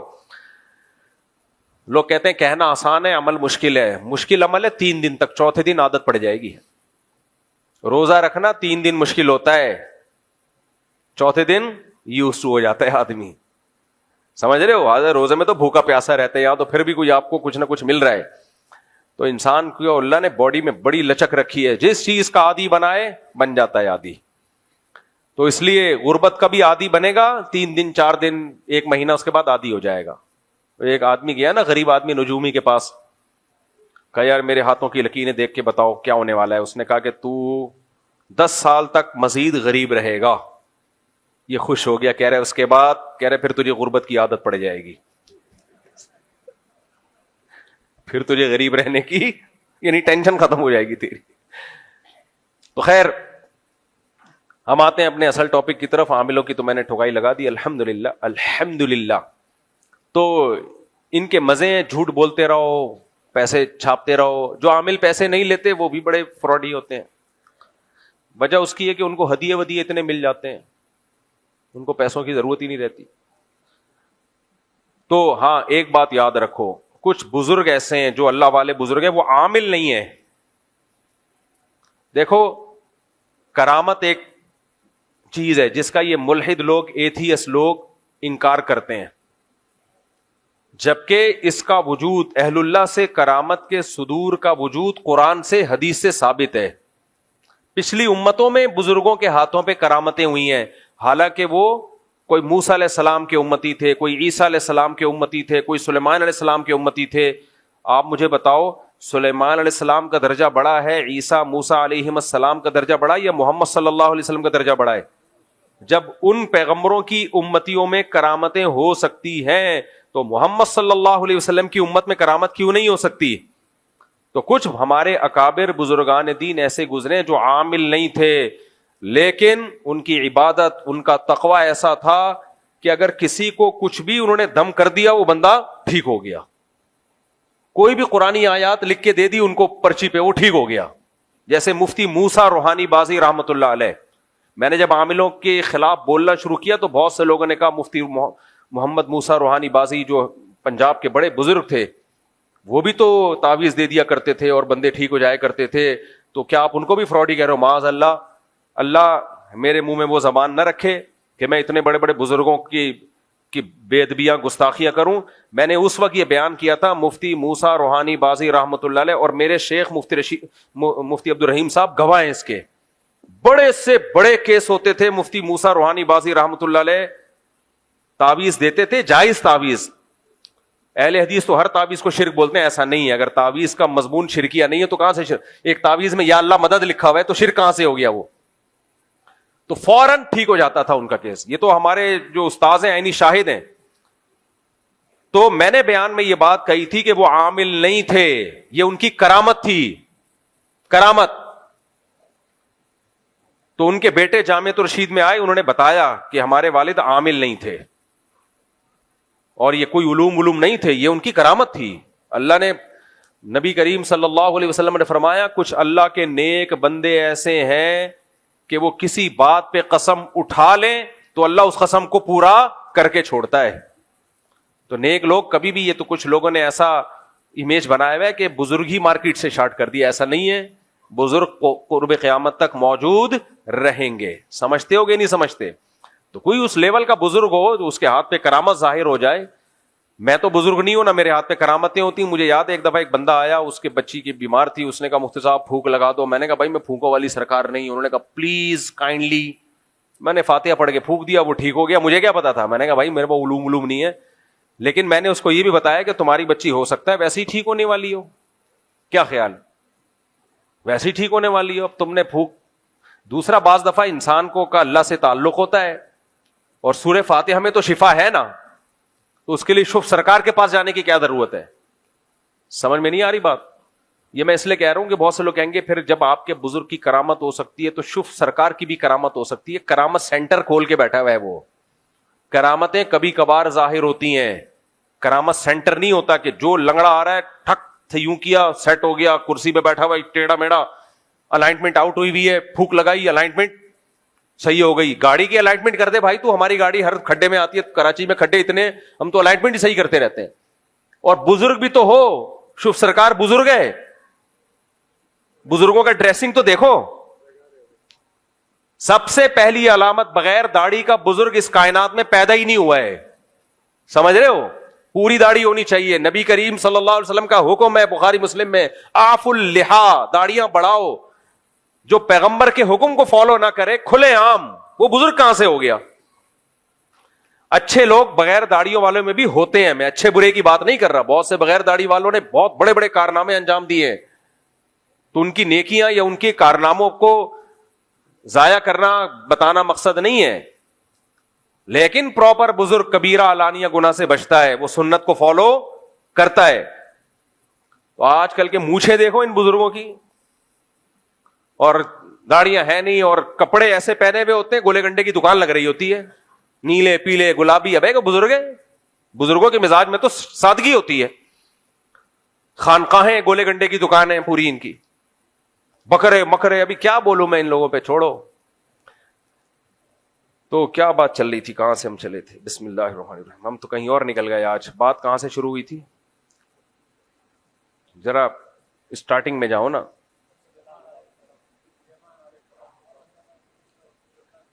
ہے نہیں, میں نے نبی کے نام کے بارے میں تو بات کی تھی کہ آپ کا لقب رسول اللہ سب سے بہترین ہے, آپ میسنجر آف گاڈ صلی اللہ علیہ وسلم, آپ کا سب سے بڑا عہدہ یہ ہے. پھر میں کس پہ آیا تھا اس کے بعد میں نے ٹن مارا تھا؟ ہے سائیکیٹرسٹ پہ آ گیا تھا میں. تو سائیکیٹرسٹ کا میں ہاں دماغ اور دل کا کنیکشن بتا رہا تھا میں, دماغ اور دل کا کنیکشن. تو میں پھر آیا تھا سائیکیٹرسٹ پہ کہ یہ جو نفسیات کا علم ہے, میں بتا رہا تھا ہمارے حضرت مفتی رشید احمد صاحب رحمہ اللہ تعالیٰ فرمایا کرتے تھے کہ جس کے پاس کوئی علم ہے نا تو اس سے 10 گنا عقل زیادہ ہوگی تو وہ علم صحیح استعمال ہوگا, اور مفتی کے پاس جو علم ہے تو 100 گنا عقل زیادہ ہوگی تو وہ صحیح مفتی بنے گا پھر وہ. تو میں یہ بتا رہا تھا کچھ شعبے ایسے ہیں جن میں بہت زیادہ عقل کی ضرورت نہیں ہے, جیسے ڈاکٹر ہے علاج کرتا ہے, بہت ذہین ہونا ضروری نہیں ہے, یا کوئی میکینیکل انجینئر ہے یا سول انجینئر ہے, یا ویسے ہی جو الیکٹرک انجینئر ہوتے ہیں مختلف شعبوں کے, جو سافٹ ویئر انجینئر وغیرہ وغیرہ. ہاں کچھ سافٹ ویئر بنانے والے لوگ ہوتے ہیں, وہ تو پھر ان کی کھوپڑی الگ سے کھوپڑی انسٹال کروانی پڑتی ہے ان کو, بہت کمپیوٹر سائنس میں بہت زیادہ جو ذہین لوگ ہوتے ہیں پھر وہ آگے چلتے ہیں. تو لیکن نفسیات بھی ایک ایسا علم ہے کہ اس کے لیے بھی کوئی بہت ذہین آدمی جب یہ علم حاصل کرتا ہے تو فائدہ ہوگا, ورنہ یہ علم اسی کو کھا جائے گا, وہ خود پاگل ہو جائے گا ایک دن. کیونکہ دماغ پڑھ رہے ہو نا آپ, لوگوں کی نفسیات پڑھ رہے ہو, تو آپ اگر عام لوگوں کی مینٹالٹی سے زیادہ اونچی مینٹالٹی آپ کی نہیں ہے تو اس کا نقصان یہ ہوگا کہ یہ علم آپ صحیح طرح سمجھ نہیں پاؤ گے, اور صرف کتابیں دیکھ دیکھ کے, اصول اور ضابطے دیکھ دیکھ کے لوگوں کو غلط گائیڈ کرو گے. یہ میں اس لیے بتا رہا ہوں کہ کچھ ڈاکٹر ایسا کر رہے ہیں, سمجھتے ہو کہ نہیں سمجھتے؟ کچھ ڈاکٹر ایسا کر رہے ہیں, ان کے پاس جانے سے لوگوں کو فائدے کے بجائے الٹا نقصان ہو رہا ہے. تو اس لیے اس میں بہت میچور ڈاکٹر کو, بہت جو صحیح سرٹیفائڈ ڈاکٹر ہوتے ہیں, کبھی نفسیات کے ماہر کے پاس جانا تو ان ڈاکٹروں کے پاس جانا چاہیے. خیر, تو میں عرض کر رہا تھا کہ دماغ جو ہے, اب سائنسدان نے کیا کیا, جو ڈاکٹر صاحب تھے انہوں نے اپنی محبوبہ کو دماغ کے اندر تیر گھسا کے بیچ دیا. یہ بات چل رہی تھی دماغ کے اندر. تو کیا کہا جائے گا کہ یہ ڈاکٹر صاحب کیا ہو گئے ہیں, پاگل ہو گئے. جہاں سائنس کو نہیں لاگو کرنا چاہیے وہاں بھی سائنس کو, اور یہ محبوبہ سے کہہ رہے محبت دل میں نہیں ہوتی, محبت کہاں ہوتی ہے؟ دماغ میں. لہذا میں نے یہ دماغ تمہیں, جتنے بھی گانے تھے شاعری تھی ساری چینج کر دی انہوں نے. یہ دل تم پہ دیوانہ ہے, نہیں یہ دماغ تم پہ کیا ہے؟ دیوانہ. اب کریکشن کرتے چلے جا رہے ہیں. تو تھوڑے دنوں میں ڈاکٹر صاحب کیا ہو جائیں گے. کل وہ کسی نے شارٹ کلپ بھیجا کہ ایک آدمی کو بھولنے کی بیماری ہے, ڈاکٹر کے پاس گیا, ڈاکٹر صاحب مجھے بھولنے کی بیماری ہے. ڈاکٹر صاحب نے کہا دوبارہ بتانا, کہ بھول گیا کیا بیماری تھی مجھے, بھول گیا کیا بیماری تھی مجھے, بھولنے کی بیماری تھی. اب بتاؤ ڈاکٹر تو تھوڑے دنوں میں پاگل ہو جائے گا کہ نہیں ہو جائے گا. تو اس قرآن نے بھی کس کی طرف نسبت کی ہے, چیزوں کی نسبت دل کی طرف کی ہے. تو میں وہ اس پہ شارٹ ویڈیوز پہ بات کر رہا تھا کہ آج کل ہو کیا رہا ہے. دیکھو دل کی عادت ہوتی ہے, دل کو اپنی راحت کی چیزیں چاہیے ہوتی ہیں, خوشی کی چیزیں چاہیے ہوتی ہیں. دل کو وہ چیز نہیں چاہیے جو اس کو ٹینشن دے. لہذا دل کیا کرتا ہے, جب ہم جاتے ہیں نا, جو شارٹ ویڈیوز دیکھ رہے ہوتے ہیں, رول کر رہے ہوتے ہیں, اس میں ہمارا دل کہتا ہے کہ یہ کتنی زبردست ویڈیو, اب دوسری ہونی چاہیے, تیسری ہونی چاہیے, چوتھی ہونی چاہیے, پانچویں ہونی چاہیے, چھٹی ہونی چاہیے. ٹھک ٹھک پوری رات لونڈے لپاڑے لگے رہتے ہیں اس میں. جتنے بھی نفسیات کے ماہر ہیں, بلکہ مشاہدہ کر لو, یہ چیز دماغ کا بیڑا غرق کر دیتی ہے, انسان کے کھوپڑی کو تباہ کر دیتی ہے. یہ کسی ماہر نفسیات کی ایک ویڈیو سامنے آئی جس میں اس نے بتایا, ایسی علمی ویڈیوز میں دیکھتا ہوں, کہ فن لینڈ, یورپ کا ایک کنٹری ہے فن لینڈ, وہاں ہوا یہ کہ ان لوگوں نے بہت پیسہ خرچ کیا کہ بچوں کی کتابوں سے جان چھڑاؤ, اب ڈیجیٹل دور ہے, تو بچوں کو ٹیب دے دیا اور آن لائن ٹیچنگ شروع کر دی. سمجھ میں آ رہی ہے بات, کیا دے دیا بچوں کو, ٹیب. بھائی ٹیب میں یہ ساری کتابیں ہوں گی اور نیٹ سے ہی سب کچھ پڑھیں گے, اور اس کے پیچھے یہ فلسفہ تھا, اب کتابوں کی دنیا سے نکلو, اب ٹیچر کی دنیا سے نکلو, on line teaching, on line teacher, sub on line. بہت پیسہ خرچ کیا, اس کے جو بھیانک نتائج سامنے آئے نا, تو پھر اچھا میں نے یہ ویڈیو, فن لینڈ میں ہمارے دوست ہیں, وہ ٹیچر رہے ہیں اسکول میں, پہلے ان کو بھیجی, کیونکہ انٹرنیٹ کی ہر خبر قابل اعتماد نہیں ہوتی, خوب سمجھ لو. لوگ کیا کرتے ہیں, کوئی دیکھا, کوئی کلپ دیکھا اور فوراً بیان داغ دیا, ابے بھائی ہو سکتا ہے پھینک رہا ہوں لمبی لمبی, ہمیں کیا پتا. تو فن لینڈ میں مجھے سہولت یہ حاصل ہے, پوری دنیا میں اللہ کا شکر ہے, ہر جگہ سلام دعا ہے. ابھی میں امریکہ میں ایک یونیورسٹی کے پروفیسر سے ملا ہوں, ہیں پاکستانی لیکن کافی سالوں سے وہاں پڑھا رہے ہیں, بہت خدمات ہیں ان کی, تو ان سے بھی انشاءاللہ استفادہ ہم کریں گے. اور میں نے کہا کہ اگلے ٹرپ میں آپ کی یونیورسٹی میں جاؤں گا, آپ کے لیکچر میں بیٹھوں گا انشاءاللہ میں. تو وہ ٹاپک کیا ہے وہ پھر بعد میں بتاؤں گا آپ کو, جس ٹاپک پر میں بات کروں گا. خیر, یہ ہمارے جو دیسی لبرل طبقہ ہے نا پاکستان میں, یہ بہت الو بنا رہا ہے لوگوں کو. آج کل ایک انٹی آئی ہوئی ہیں, وہ پھینکتی جا رہی ہیں, لوگ لپیٹ رہے ہیں بیٹھے. کہہ رہی امام غزالی جو ہے نا, امام غزالی وہ سائنس کے خلاف تھے. دیکھو کچھ دیسی لوگ ایسے ہیں جو اسلام کا لبادہ اوڑھتے ہیں, اپنے آپ کو مسلم کہتے ہیں, لیکن ان کی تحریک کا حاصل یہ ہے کہ مسلمانوں کو زیرو کر کے دکھایا جائے اور مسلمانوں کو ان کی نظر میں گرا دیا جائے. بولے تم کسی کام کے نہیں ہو, تم بالکل بیکار لوگ ہو. تو دعویٰ ان کا زبان سے یہ نہیں ہوتا, لیکن اس کا رزلٹ یہی نکل رہا ہوتا ہے. یعنی مسلمانوں کو نا جوتا دکھاتے رہنا, بس تم 2 ٹکے کے نہیں ہو, تاکہ مغربی دنیا کا سپیریئر ہونا آپ مان لو. اور جب آپ ان کو سپیریئر ہونا مانو گے نا, تو آہستہ آہستہ ان کے نظریات کو بھی فالو کرو گے آپ. تو امام قیصر احمد راجہ کو اللہ جزائے خیر دے, اکیلا کھڑا ہوا ہے ان لوگوں کے مقابلے میں جواب دینے کے لیے, ایسے دیسی لبرل کے مقابلے میں. امام غزالی سائنس کے خلاف نہیں تھے. اگر وہ سائنس کے علی الاطلاق مخالف ہوتے, اس دور میں بھی, اس کے بعد میں بھی مسلمانوں نے سائنس کے ہر شعبے میں ٹھیک ٹھاک ترقی کی ہے. گورے ہماری یونیورسٹیوں میں سائنس پڑھنے کے لیے آیا کرتے تھے, قرآن پڑھنے کے لیے نہیں آتے تھے. یہ زیادہ پرانی بات نہیں ہے, 15ویں صدی تک یہ ہوتا رہا ہے.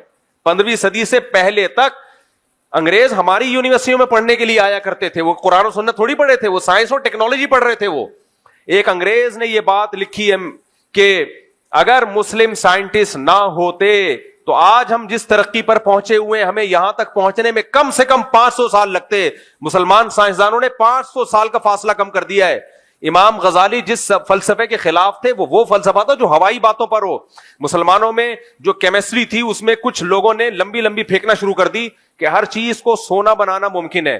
بہت سارے سائنسدانوں کی عمریں اس میں برباد ہو گئی کہ یوں اس سونے کو فلاں دھات کو فلاں دھات کے ساتھ ملایا جائے اور یہ کام کیا جائے تو اس سے سونا بن جائے گا. اس طرح کی کچھ سائنس کی بیسس پر کچھ فضول چیزیں ہماری سوسائٹی میں شامل ہو گئی تھی. امام غزالی جیسے لوگوں نے ان پہ رد کیا ہے. علی اطلاق فلسفے اور سائنس پہ رد نہیں کیا. امام ابو یوسف سے بھی منقول ہے حکمی فی اہل الکلام یضربوا بالجرید والنعال. امام حنیفہ کے شاگرد ہیں نا امام ابو یوسف, وہ کہتے ہیں کہ یہ اہل کلام جو پڑھتے ہیں نا, میرا حکم ان کے بارے میں یہ ہے کہ ان کو جوتوں سے مارا جائے. تو وہ علم کلام وہ نہیں تھا جو فائدہ والا علم کلام ہو, وہ علم کلام تھا جو بحث برائے بحث جس کا کوئی سوسائٹی کو فائدہ نہیں تھا, فضول بحثیں. ورنہ امام ابو یوسف کا دور تو میرے بھائی بنو امیہ کا کہ عروج کا دور تھا. اس وقت تو مسلمان سائنسدانوں کا بھی راج تھا. دنیا مسلمان توپیں بنا رہے تھے. سلطان محمد فاتح نے اس وقت یعنی 7ویں صدی ہجری میں دنیا کی سب سے بڑی توپ بنائی تھی. دنیا کی سب سے بڑی توپ کا صحرا کس کے پاس تھا؟ مسلمانوں کے پاس تھا. اور میں نے الجزائر کی توپیں فرانس میں اپنی آنکھوں سے جا کے دیکھی ہیں جو مسلمان سائنسدانوں نے بنائی تھی. عربی میں ان پر تاریخیں بھی لکھی ہوئی ہیں, میں نے ولاگ بھی بنایا تھا اس کا. فلکیات کا علم ہو, میڈیکل سائنس کا علم ہو, ہر میدان میں ہم آگے تھے. لیکن آج کچھ دیسی ایسے پیدا ہو گئے جو آپ کو نیچا دکھاتے رہیں گے. پہلے سوال قائم کریں گے, بتاؤ اتنی ساری ایجادات میں آج مسلمانوں کی ایجاد کون سی ہے؟ کتنی ایجادات ہیں؟ جواب 0. پنکھا کس نے بنایا؟ گوروں نے بنایا. موبائل کس نے بنایا؟ گوروں نے بنایا. او بھائی مانتے ہیں ساری ایجادات ان کی ہیں. ان ایجادات کی یہ جو سائنسی ترقی آج جہاں تک ہے یہ اچانک تھوڑی ہو گئی ہے. دیکھو آپ جب ایک بلڈنگ بنا رہے ہو, آپ نے پہلے کھودا, سریا ڈالا جو مشکل کام تھا, اس کی بنیاد ڈالی جو مشکل کام تھا, پھر آپ نے اس پہ عمارت کھڑی کرنی شروع کی, مشکل کام تھا. اب جب اس کی فنیشنگ کا ٹائم آیا, اس سے فائدہ اٹھانے کا ٹائم آیا, کسی دوسرے نے آ کے کر دیا تو سارا کریڈٹ تو وہ لے جائے گا. یہ ایسا ہی ہے جیسے جماعت اسلامی کے سارے پروجیکٹ جو جماعت اسلامی نے شروع کیے تھے کراچی میں, تو مصطفیٰ کمال صاحب نے آ کے اس کی تکمیل کر دی. سارا کریڈٹ کس کو چلا گیا؟ صحیح گیا, چلو تکمیل تو کی نا, اچھا کام کیا, میں تو مصطفیٰ کمال کو اس کا دیتا ہوں کریڈٹ. وہ یہ بھی کر سکتا تھا نہ کرے, لیکن بنیاد کس نے رکھی تھی؟ نعمت اللہ خان نے. میرے بھائی سائنسی اصول, سائنسی علوم کی بنیادیں مسلمانوں نے رکھی ہیں. اب پھل کھانے کا وقت آیا ہے تو آخری میں یہ لوگ آئے ہیں اور انہوں نے, اچھا اس خاتون نے گڑبڑ کیا کی ہے؟ اس خاتون نے کہا دیکھو علامہ اقبال یہ کرتے ہیں, علامہ اقبال نے کیا لکھا ہے, علامہ اقبال نے مسلمانوں کے زوال کیا. ابے بھائی علامہ اقبال کی آدھی بات نقل کر رہی ہو, علامہ اقبال ہی کا شعر ہے, کتابیں اپنے آبا کی جو جا کے دیکھی یورپ میں. پورا شعر ہی بتا دو یار, ایک تو شعر میں ہمیشہ میرے ساتھ یہی ہوتا ہے. مگر وہ علم کے, کوئی انسان کا بچہ ہے تو شعر پڑھ, مگر وہ علم کے موتی کتابیں اپنے آبا کی جو جا کے دیکھی یورپ میں تو دل ہوتا ہے سی پارا. کہتے ہیں میں نے اپنے باپ دادا کی جو سائنسی علوم کی, یورپ میں قرآن و سنت کی تفسیریں تھوڑی رکھی ہوئی تھیں. علامہ اقبال کہتے ہیں میں جب یورپ میں جا کے اپنے باپ داداؤں کی جو سائنس کی کتابیں ہم نے یورپ کی یونیورسٹیوں میں دیکھی تو میرا دل 30 ٹکڑے ہو گیا کہ ان کتابوں سے انہوں نے فائدہ اٹھایا, ہم پیچھے رہ گئے. لیکن فائدہ ہماری ہی کتابوں سے اٹھایا انہوں نے. 400 سال تک ہماری یونیورسٹیوں میں پڑھتے رہے یہ لوگ. لیکن آج کچھ دیسی کمبخت ایسے آ رہے ہیں جو ہمیشہ تمہیں جوتا دکھاتے رہیں گے. تو یہ ہے وہیں کے, ان کا کام ہے. میں زیادہ نہیں جاتا, پھر لوگ کہتے ہیں مفتی صاحب جذباتی ہو رہے ہیں. تو ان لوگوں سے ہوشیار رہو. تبھی میں قیصر احمد راجہ کا اس لیے ریفرنس دیتا ہوں کہ ان لوگوں کو انہی کے زبان میں جو صحیح بندہ کام کر رہا ہے نا, ان کی زبان میں اللہ جزائے خیر دے قیصر احمد راجہ. تو آپ جو مسلمانوں میں آج خرابی ہے وہ بتاؤ. ہمارے باپ دادا ایسے نہیں تھے جیسے ہم ہیں بھائی. ہمارے اسلاف اور ہمارے باپ دادا آج سے 500 سال پہلے تک 1000 سال مسلمانوں کی تاریخ میں ایسے گزرے کہ ایک ہندو کا بیان میں نے خود سنا ہے, ہندو اسکالر کا, کہتا ہے آج آپ کو سائنس کی ہر فیلڈ میں مسلم بھی نظر آئیں گے, ہندو بھی نظر آئیں گے, سکھ بھی نظر آئیں گے, انگریز بھی نظر آئیں گے, ہر طبقہ نظر آئے گا, جیپنیز بھی نظر آئیں گے, فرینچ بھی نظر آئیں گے. لیکن دنیا نے 1000 سال ایسا دیکھا ہے کہ کسی بھی فیلڈ میں مسلم سائنٹسٹ کے علاوہ کوئی اور نام آپ کو نہیں ملے گا.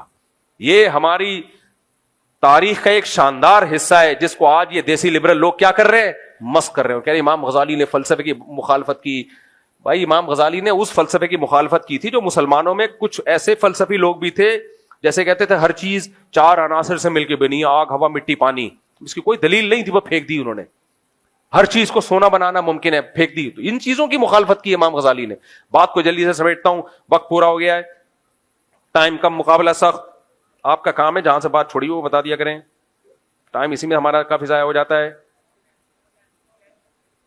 ہاں تو میں بتا رہا تھا فن لینڈ میں انہوں نے کیا کیا, آن لائن وہ سیٹ اپ شروع کیا کہ بچوں کے ہاتھ میں ٹیب ہوگا اور بس کمپیوٹر پہ ہی آن لائن, ٹیچر بھی ریکارڈڈ ٹیچر. تو میں نے اپنے ایک دوست ہیں ٹیچر ہے, ان سے تصدیق کروائی, تو انہوں نے بتایا کہ ایسا تھا.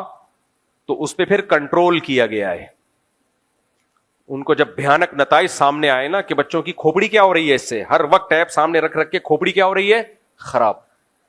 تو اب وہ آن لائن ہے, ٹیب کا استعمال بھی ہے لیکن محدود استعمال ہے. لے کر کس پہ آ گئے وہ دوبارہ, کتابوں پر. تو اس لیے یہ جو موبائل ہر وقت ٹھک ٹھک ٹھک ٹھک ٹھک چل رہا ہوتا ہے نا, اس سے کھوپڑی خراب ہونے کے علاوہ کچھ بھی حاصل نہیں ہوتا. ہم بار بار آپ سے ایک بات کہتے ہیں, دیکھو موبائل یا اینڈرائڈ موبائل, اسمارٹ فون یا کمپیوٹر کے سامنے بیٹھنے سے پہلے سوچا کرو میں کیوں بیٹھ رہا ہوں. یہ گھوڑے کی طرح ہے, گھوڑے پہ بیٹھنے سے پہلے سوچتا ہے کدھر جانا ہے, کیونکہ اگر بیٹھنے سے پہلے نہیں سوچا تو پھر گھوڑا بتائے گا تو نے کدھر جانا ہے. آپ کو پتہ نہیں, آپ گھوڑے پہ بیٹھ گئے, گھوڑا بھی تیز رفتار. ایک دفعہ میرے ساتھ ایسا ہوا, بہت تیز رفتار گھوڑا تھا. میں نے اس کو بتایا ادھر جانا ہے, میں ادھر چلا گیا. اچھا گھوڑے کی وہ زین بھی نہیں تھی, یعنی بالکل اس کی ننگی پشت پہ بیٹھا میں, صرف وہ تھے اس کے نہیں ہوتے جو پاؤں پھنسانے والے. ہم جب سیدھا سیدھا گئے تو میں نے گھوڑے کو گھمایا, اس کو سمجھ میں نہیں آیا تو وہ لے گیا. میں کہیں کچے میں, اب مجھے لگا تھا کہ اسی گڑھے میں گرے گا, تو اس سے پہلے کہ وہ ہمیں گراتا ہم نے کہا خود ہی چھلانگ لگا کے گر جاؤ. تو یہ پرانی بات ہے, اس وقت ہم بالکل پھریرے سے ہوا کرتے تھے, باریک سے ہوتے تھے. لوگ کہتے تھے ہیں بھی پتہ نہیں ہے, کنفرم نہیں ہے, اتنا باریک ہوتا تھا میں. تو 23-24 سال عمر تھی میری, تو بہت باریک سا تھا میں. تو میں نے کہا اس سے پہلے کہ گھوڑا مجھے گھما کے کہیں گرائے, میں خود گر جاؤں تو زیادہ بہتر ہے. تو میں نے خود چھلانگ لگائی. تو وجہ کیا ہے, گھوڑے کو آپ نے یہ تو بتا دیا کہ یہاں تک کہ آگے دیوار تھی, آگے گھوڑے کو پتا نہیں تھا, تو اس نے پھر اپنی مرضی سے جانا شروع کر دیا. تو یہ جو میڈیا ہے نا, اسمارٹ فون ہے, یہ بھی گھوڑے کی طرح ہے. اگر آپ نے اس کو پہلے گائیڈ نہیں کیا کہاں جانا ہے, تو پھر آپ آ کے بیٹھ گئے, یہ آپ کو لے جاتا رہے گا. ایک کلپ دیکھو گے, دوسرا کلپ دیکھو گے, تیسرا کلپ دیکھو گے. جتنے ماہر نفسیات ڈاکٹرز ہیں آپ ان سے پوچھو, یہ آپ کے دماغ کو ایسا ڈیمیج کر رہا ہوتا ہے نا, ایسا ڈیمیج کہ باولے ہو جاؤ گے, پاگل ہو جاؤ گے تھوڑے دنوں میں. اور چھوٹے بچوں کے لیے تو انتہائی زہر ہے. بچوں کے بے ہوش ہونے کے واقعات بھی آ رہے ہیں سامنے, بے ہوش ہو جاتے ہیں, ماں باپ پریشان ہے کیوں ہو رہا ہے. بھائی تم سارا دن اسکرین موبائل دیکھتا ہے, وہ چھوٹا بچہ سارا دن وہ LED کے سامنے. بچے جب کارٹون دیکھتے ہیں نا تو اس کارٹون کی دنیا میں گھس جاتے ہیں. وہ ان کو یہ نہیں لگ رہا ہوتا فیک ہے, وہ سمجھتے ہیں اوریجنل یہ ہے, اور یہ ہمارے ابا کارٹون ہے, اما کارٹون ہے. آپ مذاق سمجھ رہے ہو, حقیقت یہی ہے. بچہ اس اسکرین کو اوریجنل میں لے رہا ہوتا ہے, وہ اس دنیا میں کھو جاتا ہے. وہ کوئی ڈراؤنی چیز دیکھے گا, رات کو خواب میں دیکھے گا, وہ اس کے دماغ میں اتر. اور پھر یہ جو بچپن کی دماغی بیماریاں, یہ موت تک جاتی نہیں ہے. بچوں کو اسکرین سے ہٹاؤ, بچوں کو مٹی میں کھلاؤ, ننگے پاؤں کیچڑ اٹھا اٹھا کے تھوپے ایک دوسرے پہ. یہ ہے بچوں میں ایسا چھوئی موئی بنا دیا ہے بچوں کو, ہر وقت ایسا بالکل صاف ستھرا کر کے, نیٹ کلین کر کے ان کو کمپیوٹر کے سامنے باقاعدہ جیسے کوئی قرآن خوانی ہو رہی ہے یہاں پہ, نہلا دھلا کے اس کو پورا تمیز سے بٹھاتے ہیں اور کارٹون لگا دیا سامنے. وہ کارٹون ہی بنے گا تھوڑے دنوں میں. وہ اس کو کھیلو, گلی محلے میں جائے بچوں کے ساتھ کھیلے. تم ایک تو بہن بھائی بھی نہیں دیے اس کمبخت کو. ایک بھائی ہے, اس کے 6 سال کے بعد ایک بہن ہے, اس کو اپنے قریب العمر کوئی مل ہی نہیں رہا کھیلنے کے لیے. وہ تو ویسے ڈپریشن میں جائے گا. پھر بچوں سے بھی نہیں کھیلنے دیتے اس کو ایسا. مجھے یاد ہے یہ الخدمت ہاسپٹل ہے نا, اس کے ساتھ ایک پارک ہے. ایک بچہ چھوئی موئی اسی برگر فیملی کا, کہیں بےچارا پہلی دفعہ وہ پارک میں سیڑھیوں پہ ہلکا سا چڑھ گیا. اس کے اسٹائل سے ایسے لگ رہا تھا زندگی میں پہلی دفعہ ایسا ہوا. گرا ہے, ہلکی سی خراش آئی ہے, اتنی سی معمولی سی. اس کی ماں کی جو چیخیں تھی نا, اف, ہاسپٹل میں لے کے آئی, ہاں ڈاکٹر صاحب میرا بچہ میرا بچہ. میں نے کہا کیا ہو گیا یار, ہمارے دور میں تو لونڈے لپاڑے بادام توڑنے کے لیے درخت پہ چڑھا کرتے تھے, اکثر کے پرزے الائنمنٹ آؤٹ رہتی تھی. ہم نے خود بادام کے درختوں پہ چڑھے ہیں, یہاں سے پتھر مارے, لگا کسی, اللہ معاف فرمائے, کسی انکل کے سر پہ, اس نے اتنا زور سے نہیں لگا, اس نے جو ہمارے لگایا وہ اس کے اتنی زور سے نہیں لگا تھا جتنا ہمیں لگا. خیر یہ تو بہت بےہودہ حرکت ہے, پتھر وتھر نہ مارنے دے بچوں کو, سرور پھٹ جائے گا. لیکن بھائی بچوں کو بچوں والے کام کرنے دو, ان کو لڑائی جھگڑا کرنے دو, چمیٹے شمیٹے مارنے دو. بچے اچھلتے کھیلتے مارتے پیٹتے شکایتی ٹٹو بھی بننے دو ان کو چھوئی موئی مت بناؤ, ایک دم نیٹ کلین کر کے ہر وقت کمپیوٹر کے سامنے. ماں باپ ایک تو پیدا کر نہیں رہے بچے, اوپر سے ایک آدھ بچہ ہوتا ہے, اس کو کہتے ہیں کہ ہاں ایکچولی بہت مشکل کام ہے بھائی, ایسے بنا رہے ہوتا ہے. مفتی صاحب پال کے دکھاؤ نا بچے تمہیں. اب ہم تو پالے 19 پالے, ہم نے سارے کام بھی کر رہے ہیں, بچے بھی پل رہے ہیں, اللہ کا فضل ہے, اللہ نظر بد سے بچائے. کیسے پالے ہیں؟ کھیل کود رہے ہیں بچے, کرکٹ بھی کھیلتے ہیں, فٹ بال بھی کھیلتے ہیں, مارم پیٹی بھی ہوتی ہے, روتے بھی ہے, چیختے بھی ہیں, ہنستے بھی ہیں, سب کچھ چل رہا ہے مارکیٹ میں. تو اس طرح بچہ پلتا ہے. یہ تم لوگوں نے کیا, ایک بچہ ہے اس کو لیے بھی اتنی ٹینشن, بہت مشکل ہے, سارا دن LED کے سامنے بٹھا دیا اس کو. تو یہ ماں باپ اپنی ٹینشن بچانے کے لیے کر رہے ہوتے ہیں یہ. تو اپنی ٹینشن بچانے کے لیے بچے کی کھوپڑی کا بیڑا غرق مت کرو, اور نہ اپنی کھوپڑی کا بیڑا غرق کرو. فزیکل ایکٹیویٹیز میں اپنے آپ کو کھپاؤ, اور تھوڑا بہت موبائل بھی دیکھ لینا چاہیے, لیکن یہ سوچ کے دیکھنا چاہیے کہ میں نے دیکھنا کیا ہے, یہ پہلے فیصلہ کرو. ورنہ موبائل تمہیں ایسی جگہوں پہ لے جائے گا, گناہ بھی کروائے گا تم سے, اور تمہاری دماغ اور کھوپڑی کو بھی کیا کر دے گا, خراب.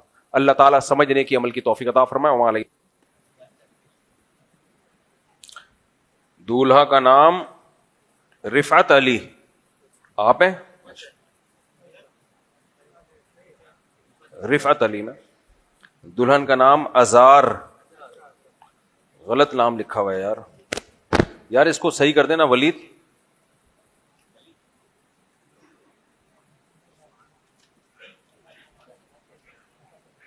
عذرا بنت عالم زیب, 50,000 روپے مہر ہے. دلہن کے وکیل کون ہیں؟ آپ نے اجازت دی کہ میں عذرا بنت عالم زیب کا نکاح 50,000 روپے مہر میں رفعت علی ولد بادشاہ منیر ان سے کروں. آپ ہیں؟ کیا نام ہے آپ کا بھائی؟ سید عثمان علی ولد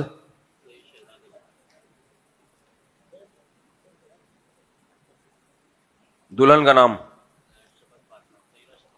سیدہ شفق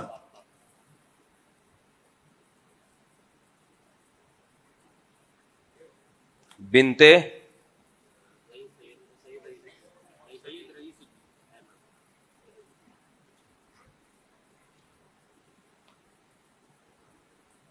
اور مہر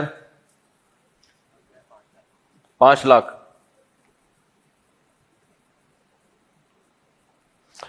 دلہن کے وکیل کون ہیں؟ آپ ہیں. آپ نے اجازت دی 5 لاکھ روپے محل میں سیدہ شفق فاطمہ بنت سید رئیس الدین احمد کا نکاح سید عثمان علی ولد سید شہزاد علی سے کروں. اجازت ہے؟ ٹھیک, ہاں انہوں نے بتا دیا اجازت. آپ ہیں نا وکیل؟ الحمد للہ نحمده ونستعینه ونستغفره ونؤمن به ونتوکل علیہ ونعوذ باللہ من شرور انفسنا ومن سیئات اعمالنا من يهده الله فلا مضل له ومن يضلله فلا هادي له ونشهد ان لا اله الا الله وحده لا شريك له ونشهد ان سيدنا وحبيبنا وشفيعنا وسندنا محمدا عبده ورسوله صلى الله تعالى عليه وعلى آله وأصحابه وبارك وسلم تسليما كثيرا كثيرا. أما بعد فأعوذ بالله من الشيطان الرجيم. بسم الله الرحمن الرحيم. يا أيها الناس اتقوا ربكم الذي خلقكم من نفس واحدة وخلق منها زوجها وبث منهما رجالا كثيرا ونساء واتقوا الله الذي تساءلون به والأرحام إن الله كان عليكم رقيبا وقال تعالى يا أيها الذين آمنوا اتقوا الله وقولوا قولا سديدا يصلح لكم أعمالكم ويغفر لكم ذنوبكم ومن يطيع الله ورسوله فقد فاز فوزا عظيما وقال النبي صلى الله عليه وسلم النكاح من سنتي وقال فمن رغب عن سنتي فليس مني وقال النبي صلى الله عليه وسلم تزوجوا الودود الولود فإني مباهي بكم الأمم وقال النبي صلى الله عليه وسلم تزوجوا ولا تكونوا كرهبان النصارى. جناب رفعت علی ول بادشاہ منیر، میں نے 50,000 روپے مہر میں آپ کا نکاح عذرا بنت عالم زیب سے کیا. آپ نے اس نکاح کو قبول کیا؟ قبول. جزاک اللہ جی، اللہ مبارک کرے. سید عثمان علی، سید عثمان علی ولد سید شہزاد علی، میں نے 5 لاکھ روپے مہر میں آپ کا نکاح سیدہ شفق فاطمہ بنت سید رئیس الدین احمد سے کیا. آپ نے اس نکاح کو قبول کیا؟ قبول ہے. جزاک اللہ. دعا کریں جی اللہ ان دونوں نکاحوں میں برکت دے. الحمدللہ رب العالمین والعاقبۃ للمتقین والصلاۃ والسلام علی رسولہ الکریم وعلی آلہ وصحبہ اجمعین. اے اللہ ان دونوں نکاحوں کو اپنے دربار میں قبول فرما. ان نکاحوں کی برکتیں ان دونوں جوڑوں کو تادم حیات نصیب فرما. ان نکاحوں کو ان کے خاندانوں میں جوڑ کا، محبتوں کا ذریعہ بنا. ہر طرح کی بدگمانی سے، شیطان کے فتنوں سے، لڑائی جھگڑوں سے اللہ ان کی حفاظت فرما. جس کی جو جائز مراد ہے اللہ اس کی مراد کو پورا فرما. ربنا آتنا فی الدنیا حسنۃ وفی الآخرۃ حسنۃ وقنا عذاب النار. صلی اللہ تعالی علی خیر خلقہ محمد وعلی آلہ وصحبہ اجمعین. اللہ بہت مبارک کرے ماشاءاللہ، اللہ مبارک کرے ماشاءاللہ. مطلب سوال میرا یہ ہے کہ یعنی یہ بات جو ہے یہ آپ سمیت کوئی بھی علماء نہیں کر رہے ممبر کے اوپر، اور یہ کرنی چاہیے. وہ سوال یہ ہے کہ جیسے آپ 4 شادیوں کی ترغیب دیتے ہیں کہ 4 شادیاں کرنی چاہیے کیونکہ اسلام نے اجازت دی ہے. جب مرد کو 4 شادیاں کرنے کی اجازت دی ہے تو اس کو اس طاقت بھی دی ہوگی جی. تو اکثر نہیں کر رہے لوگ. اور اگر کوئی کرنا چاہتا ہے بیوی کی موجودگی کے اندر تو بیوی کہتی ہے کہ نہیں ایسا نہیں کر سکتے آپ. اب وہ بیوی کے ڈر کی وجہ سے یا کسی وجہ سے بھی وہ نہیں کرتا. تو اب اس کی جو شہوت ہے وہ شہوت میں نے سنا ہے علماء سے، اور اس کا ذرا واضح کر دیجیے گا کہ اگر اس نے اپنی بیٹی کو شہوت کی نظر سے دیکھ لیا یا اس کا ہاتھ پکڑ لیا تو اس کی اپنی بیوی نکاح سے چلی جائے گی. ایسا ہے؟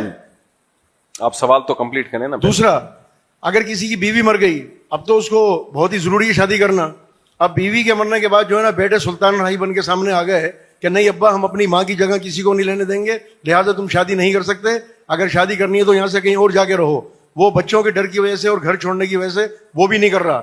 تو کہتے ہیں کہ اگر اس نے اپنی بہو کو شہوت کی نظر سے دیکھ لیا یا اس کا ہاتھ پکڑ لیا تو اس کے بیٹے سے اس کی بیوی گئی. اب جب یہ بیٹے سے اس کی بیوی گئی نکاح سے اور اس کی اپنی بیوی نکاح سے گئی تو پھر اس کے بعد حرام کے بچے پیدا نہیں ہوں گے؟ بچے لازمی نہیں. اب بتائیں نا جب نکاح سے ناجائز پیدا کروانے پہلے بے نمازی کے بچے آپ نے نہیں، اس پہ بیان بھی نہیں ہو رہا. اچھا نہ آپ کر رہے ہیں نہ کوئی اور علماء کر رہا ہے، تو کرنا چاہیے نہیں کرنا چاہیے؟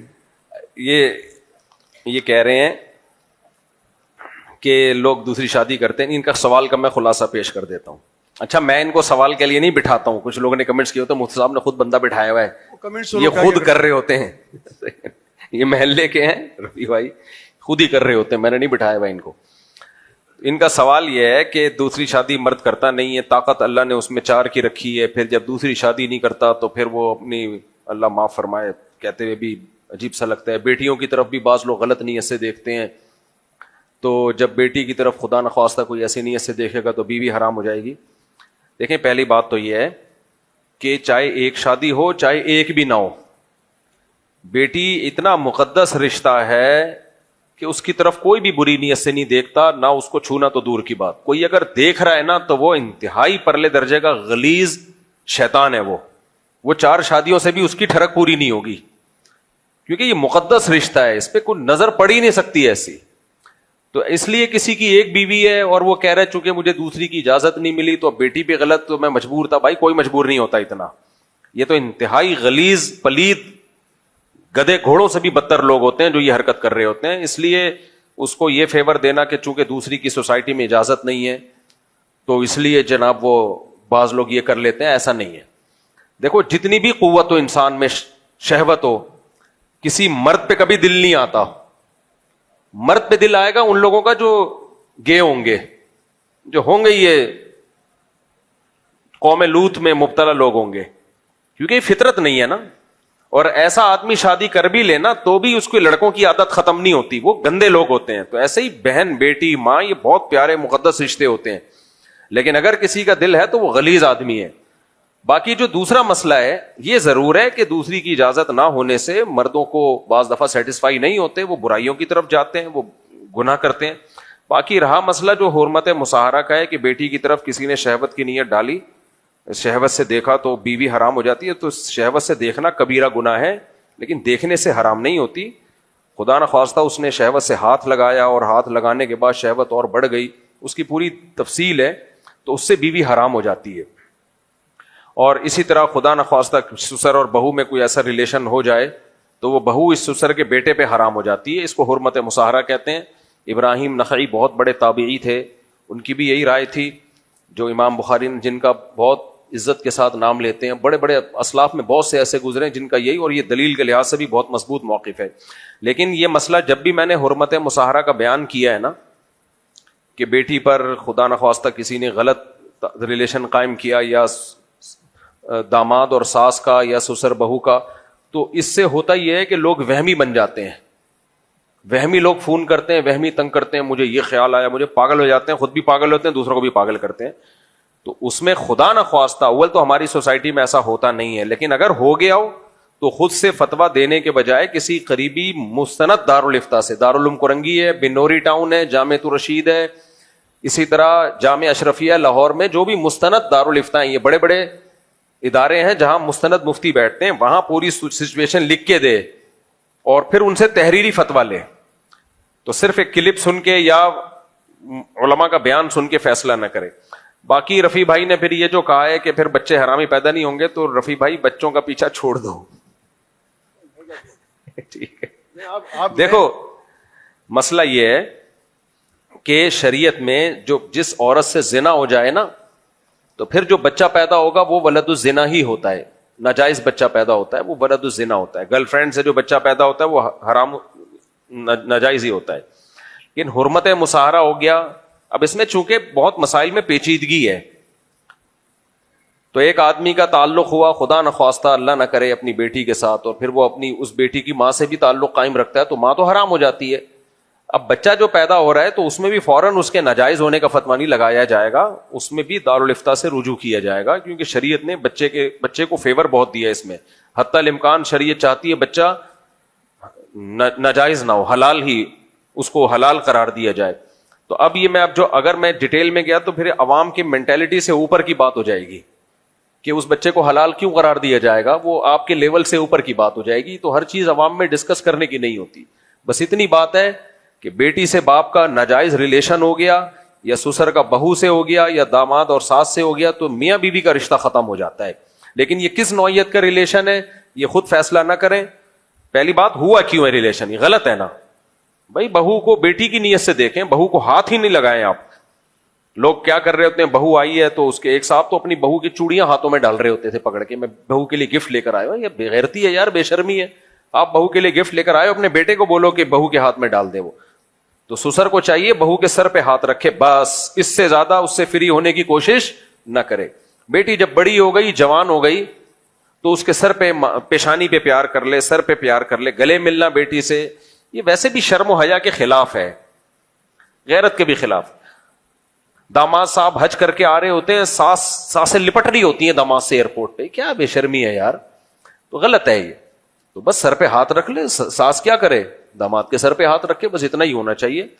تو اس سے زیادہ نہ. ایک بات یہ تھی کہ مقصد یہ ہے کہ کم از کم اتنا تو بتایا جائے نا, کہ جیسے جب کہتے ہیں کہ 60 سال کا ایک کافر جس نے ساری زندگی کفر میں گزاری ہو اور وہ سب کے دل سے کلمہ پڑھ کے مسلمان ہو رہا ہے, تو مسلمان کب کافر ہو رہا ہے یہ بھی تو بتانا چاہیے نا, کہ مطلب کون سے ایسے کفری لفظ کہہ دیا اس سے کافر ہو گیا. جیسے اگر قادیانی جو ہے نا ایمان کے اوپر ڈاکہ مارتے ہیں, شک پیدا کرتے ہیں, اگر کسی قادیانی دوست سے کسی دوست نے یہ سوال کر لیا, جو میں نے سنا ہے علماء سے, کہ اچھا یار یہ اس کی مرزا کی جو ہے نا نبوت کی دلیل بتا, تو علماء کہتے ہیں وہ ایمان سے گیا صرف ایک جملے کے اوپر. تو جب یہ ایمان سے گیا تو پھر آگے کیا ہو؟ ایمان سے گیا، پھر بیوی نکاح سے گیا، پھر بچے. یہی ہے نا. صحیح ہے. جو مسلمان ایمان سے جا رہا ہے تو اس کی بیوی نکاح سے جائے گی کہ نہیں جائے گی؟ جائے گی، جائے گی. اچھا چلیں. جی جی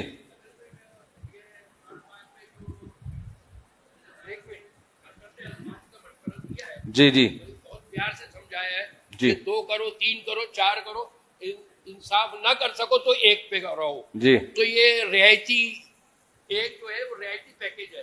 لیکن کچھ لوگ کثرت بھائی ازواج مائک کو پکڑا دینا انکل کو. نہیں، کثرت ازواج کو گالی سمجھتے ہیں. جی. اور عورتیں یا مرد لبرل ٹائپ کے وہ گویا کہ اس آیت کا انکار ہی کر رہے ہوتے ہیں. تو اس پہ ذرا یہ جو لبرل لوگ ہیں نا، یہ تو ایک شادی کو بھی برا سمجھتے ہیں. مگر ہمارے معاشرے میں جو لبرل تہجد گزار ہیں وہ بھی ایسی ہی کر ہاں رہی ہاں ہیں. وہ بھی ایسے ہی ہیں. تو 2 شادیاں کیا، یہ جو ہمارے جو نام نہاد لبرل ہیں یہ تو ایک کو بھی برا سمجھ رہے ہوتے ہیں. یہ کہتے ہیں ایک کرو جب 50 سال کے بڈھے ہو جاؤ. ویسے میں بھی 50 سال کو لیکن بڈھا ہوا نہیں ہوں. اس کی وجہ یہ کہ میں نے ٹائم پہ شادیاں کر لی تھیں. اگر نہیں کرتا ہوتا تو بڈھا ہو چکا ہوتا. مطلب ایک بھی نہ کرے لیکن مخالفت تو نہ کرے نا کم سے کم. انکل کے جذبے کو سلام.